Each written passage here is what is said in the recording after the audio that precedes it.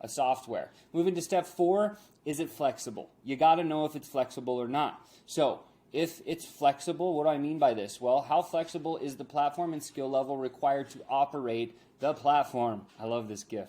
Does it have a short learning curve? Can you just plug and play? If somebody were to come into your white label version that's all branded up for you, hit the buy button, they get involved, and next thing you know, they can watch a series of 2 or 5 videos and they know exactly what to do and how to do it and how to get results. Well, then that would be considered a shorter learning curve. If you have to put the time and energy and effort into putting the videos in place or the assets around there so that you can help them to grow and hit those results, that's something to think about, right?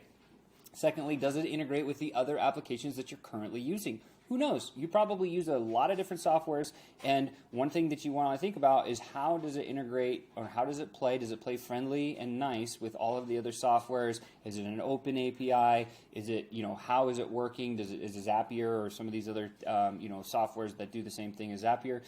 How does it integrate with everybody? Is it flexible enough to bend into your lane of what you're trying to accomplish with your business? So step 4 is to know, is that white label solution flexible enough to fit into your world?